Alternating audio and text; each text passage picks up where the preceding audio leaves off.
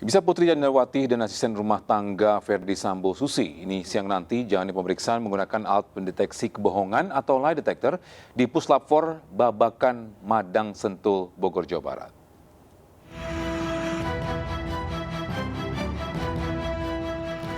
Sejumlah kendaraan melintas di depan pintu gerbang Pusat Laboratorium Forensik Puslap 4 Baris Krim Polri di Babakan Madang Sentul, Bogor, Jawa Barat. Penjagaan pun dilakukan saat agenda pemeriksaan istri Ferdi Sambo, Putri Candrawati digelar Rabu siang. Bersama asisten rumah tangga Susi, Putri Candrawati diperiksa tim Puslap 4 Baris Krim Polri menggunakan alat pendeteksi kebohongan atau lie detector. Sebelumnya 3 tersangka dalam kasus Brigadir Yosua, yaitu Barada Eliezer, Bribda Riki, dan Kuat Ma'ruf, sudah menjalani pemeriksaan dengan menggunakan metode lie detector beberapa hari lalu. Namun Polri belum mengungkap hasil dari pemeriksaan yang telah dilakukan terhadap para tersangka. Rencananya mantan Kadif Propam Polri, Ferdi Sambo, akan diperiksa dengan metode yang sama pada hari ini. Pemeriksaan dengan menggunakan metode lie detector digunakan untuk menguji tingkat kejujuran para tersangka dalam memberikan keterangan. Uji poligraf atau lie detector adalah sebuah perangkat elektronik yang mengukur perubahan respon tubuh seseorang ketika memberikan sejumlah pernyataan terkait sebuah perkara. Cara kerjanya dengan mengukur perubahan kondisi tubuh seperti denyut jantung, tekanan darah, peningkatan keringat, hingga interval helaan nafas. Meski dengan menggunakan metode ini tidak menjamin seseorang untuk berkata jujur, namun hasilnya tetap bisa digunakan sebagai salah satu petunjuk pemeriksaan. Dari Bogor, Jawa Barat, Wildan Hidayat melaporkan.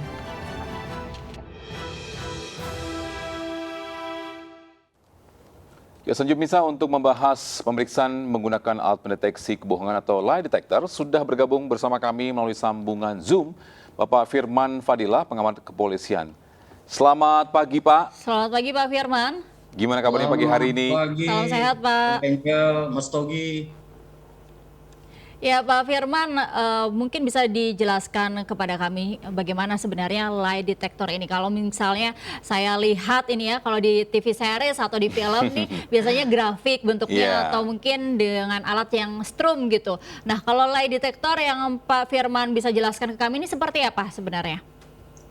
Sebenarnya seperti yang sudah dijelaskan oleh Wildan tadi di awal, Wildan Hidayat ya, tadi sudah menjelaskan bahwa alat lie detector itu mendeteksi apakah jawaban seseorang itu benar atau berbohong berdasarkan perubahan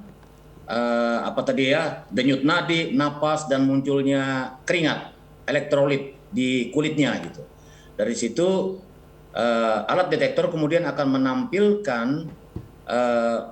gelombang. Jadi supaya lebih mudah saja, misalnya kita pemeriksaan EKG di rumah sakit. Nah, itu kan ada detak jantung di monitor dan menulis di kertas gitu. Seperti itulah supaya bisa dipahami oleh masyarakat.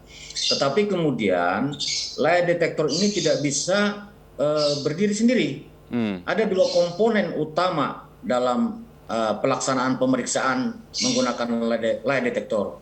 1 alatnya itu sendiri, 2 pemeriksanya. Gitu. 2 komponen ini memeriksa konteks yang berbeda.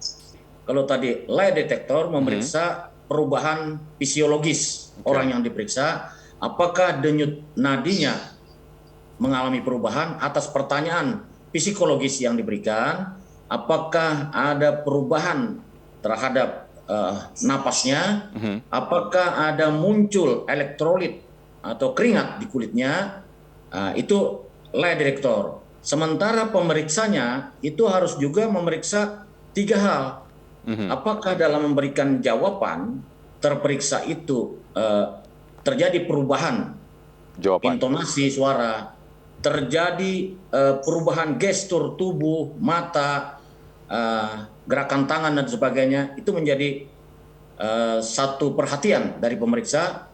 Kemudian pemeriksa melihat kepada layar lie detector.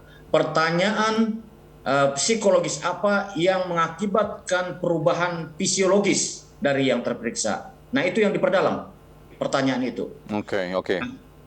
Ya. Pak Firman, ini terkait dengan mungkin kan tadi kan banyak ini ya, mungkin prosesnya juga. Seberapa akuratnya ini hasil lie detector ini? Ya, keakuratannya diakui oleh dunia hukum itu sekitar 80-90%. Karena dalam sejarah itu ada beberapa kasus orang yang bisa membohongi atau mengakali atau menghindari pemeriksaan lie detector. Jadi lie detectornya kalah dengan kemampuan orang tersebut. Kuncinya pada pengendalian diri. Jadi atau orang-orang yang mungkin biasa latihan yoga itu sulit untuk dideteksi dengan lie detector. Ya, untuk dari mungkin dari segi ini Pak, tadi Bapak bilang kalau seandainya ini akuratnya 80 atau 90% untuk akuratnya. Bisa nggak sih seorang ini mungkin melatih diri agar mungkin bisa lebih pede? Tadi kan ada tuh gesturnya, mungkin dia nervous, mungkin keringatan, tapi dia mempersiapkan diri untuk mengalahi si mesin tersebut. Sangat bisa, sangat bisa. Orang-orang yang biasa menjadi atau orang-orang yang bergerak di tugas-tugas intelijen itu bisa. Orang-orang yang biasa latihan yoga, mengatur pernapasan, mengatur detak jantungnya, bisa. Tidak akan terdeteksi oleh alat itu. Orang-orang yang mampu meningkatkan kepercayaan dirinya bahwa apa yang dia ucapkan adalah betul, itu tidak akan terdeteksi. Jadi walaupun dia berkata bohong, tetapi otak, hati dan pikirannya bahwa yang dikatakannya adalah benar, tidak akan terdeteksi. Oke. Pak Firman, dalam keterlibatan dari lie detector ini, kelebihan dan kelemahannya ini seperti apa ya Pak untuk penyidikan? Oke, kalau kita bicara kekurangan, pastilah sangat kurang karena nilai alat bukti ini sangat lemah. Dia hanya sebagai bagian yang memperkaya alat bukti pendukung. Jadi di pasal 184 KUHP itu kan alat bukti keterangan saksi, keterangan ahli, surat, petunjuk nomor 4. Petunjuk pun tidak lengkap, itu kekurangannya. Dia hanya memperkaya alat bukti. Sehingga memberi arah kepada penyidik, oh kemana baiknya pemeriksaan selanjutnya. Nah, kelebihan dia adalah bahwa alat bukti ini bisa loncat sebagai alat bukti nomor 2. Kalau hasil pemeriksaannya ini diserahkan kepada seorang ahli, dan ahli ini kemudian memberikan keterangan, baik melalui berita acara pemeriksaan ahli, maupun menyampaikannya di depan sidang pengadilan, maka dia berubah menjadi keterangan ahli. Oke, baik. Pak Firman, dalam situasi seperti apa sih Pak Firman, penyidik akhirnya harus memutuskan menggunakan lie detector ini begitu? Dan seberapa sering ya penyidik menggunakan alat lie detector dalam pemeriksaan, Pak? Seberapa apa? Besar? Seberapa sering penyidik menggunakan alat lie detector ini, dan dalam situasi seperti apa penyidik akhirnya memutuskan untuk menggunakan alat pendeteksi kebohongan ini, Pak?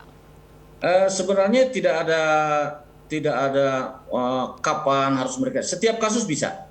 Setiap kasus bisa. Sebab setiap kasus memiliki kemungkinan orang menggunakan alibi untuk melepaskan dirinya dari jerat hukum. Jadi setiap kasus bisa.